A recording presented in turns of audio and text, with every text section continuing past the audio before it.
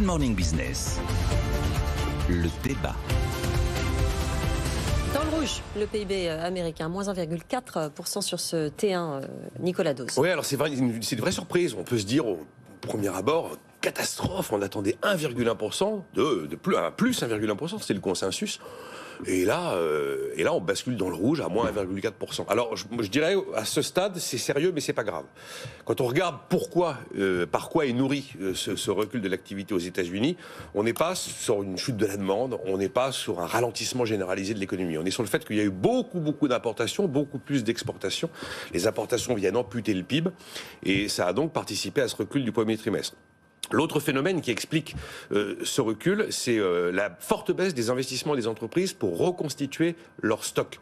C'est exactement le mouvement inverse qui s'était produit à la fin de l'année 2021, où au contraire, on avait eu une reconstitution des stocks qui avait fortement nourri la croissance du quatrième trimestre qui s'établissait à 6%. Et donc là, on a finalement le mouvement inverse. La suraccumulation de stocks de la fin 2021 est venue un petit peu amputer, grignoter le début de l'année 2022. Donc voilà, dans la mesure où on voit que la consommation résiste, parce qu'il y a un niveau d'épargne excédentaire et puis qu'il y a des hausses de salaire, et dans la mesure où le marché de l'emploi est pratiquement à son niveau d'avant Covid, à 3,6%, c'est ce que j'ai tendance à appeler du vrai plein emploi, j'ai envie de dire que oui, c'est une surprise. Mais c'est pas à ce niveau-là dramatique. L'économie américaine, en fait, à l'intérieur, elle est robuste. C'est à l'extérieur, finalement, qu'elle est affaiblie.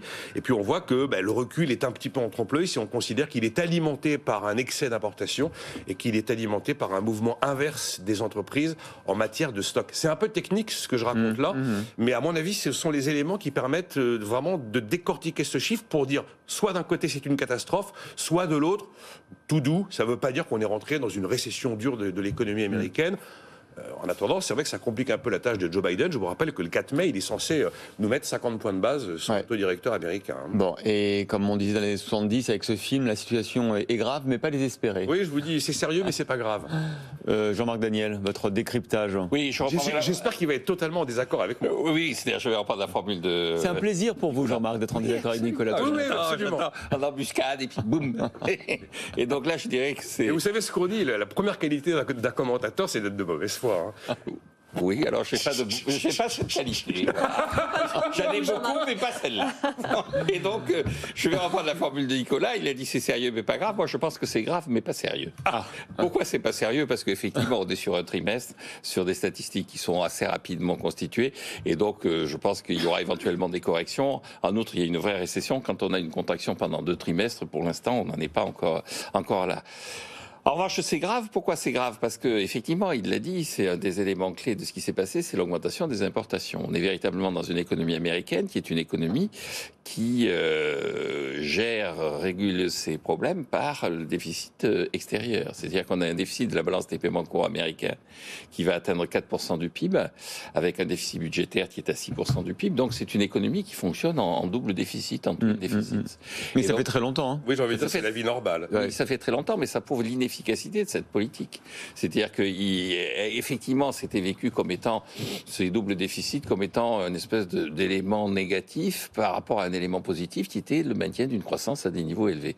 Or, ce n'est pas le cas. Donc, c'est grave parce que je pense que les outils traditionnels de la politique économique américaine qui sont axés sur la politique budgétaire, le déficit budgétaire et l'idée que le fait qu'il y ait un déficit extérieur n'est pas grave parce qu'on détient la monnaie mondiale, cette politique, ce système intellectuel qui dirige les États-Unis depuis une quarantaine d'années est en faillite, est en défaut. Et donc, je pense qu'il y a un vrai enjeu maintenant, c'est pour ça que je pense que c'est grave, il y a un vrai enjeu pour les États-Unis qui est de réinventer les outils de la politique économique dans des situations où effectivement la contestation sur la prééminence du dollar est de plus en plus répandue. C'est vrai, mais encore une fois, ça fait 20 ou 30 ans qu'on dit la même chose et tant que ça restera cette puissance économique et militaire, cette contestation elle reste finalement assez marginale, non Jean-Marc? Oui et non, parce que d'abord, vous commencez à avoir de plus en plus de zones qui essaient d'échapper au dollar, et deuxièmement, c'est ce qu'avait dit Donald Trump, je rappelle ça quand même, quand il était sur Park Avenue, et on lui avait montré des voitures allemandes, et puis on lui avait dit, mais vous savez, l'hôtel dont on sort là, il appartient à des Japonais. Et donc il avait fait un tweet qui était un tweet avec l'élégance qu'on lui connaissait, c'est-à-dire si les Allemands et les Japonais n'ont pas compris en 1945, on recommencera. Bon. Et donc ça veut dire qu'il y a une forme de fragilité de l'économie américaine américaine qui est liée au fait que l'accumulation des déficits extérieurs fait, comme la France d'ailleurs, que l'Amérique se vend parce qu'elle n'arrive plus à vendre. Et à partir de ce moment-là, vous commencez à avoir un questionnement sur qui détient l'Amérique, alors, tant que c'est de la dette publique, ça n'a pas beaucoup d'importance, parce que vous n'avez pas... Mais vous commencez à avoir de plus en plus d'éléments à la bourse, à Wall Street. Vous regardez la part des étrangers dans Wall Street et ça augmente. Donc, vous avez une perte de souveraineté pour les États-Unis qui va rentrer, je pense, dans le débat politique des Américains. Alors, il y a un moment qui sera un moment clé, c'est le 8 novembre, pour savoir si Joe Biden perd le Sénat et la Chambre. Les midterms. Aux midterms. Ça, ce sera un moment important politique. Merci Nicolas Dose et Jean-Marc Daniel.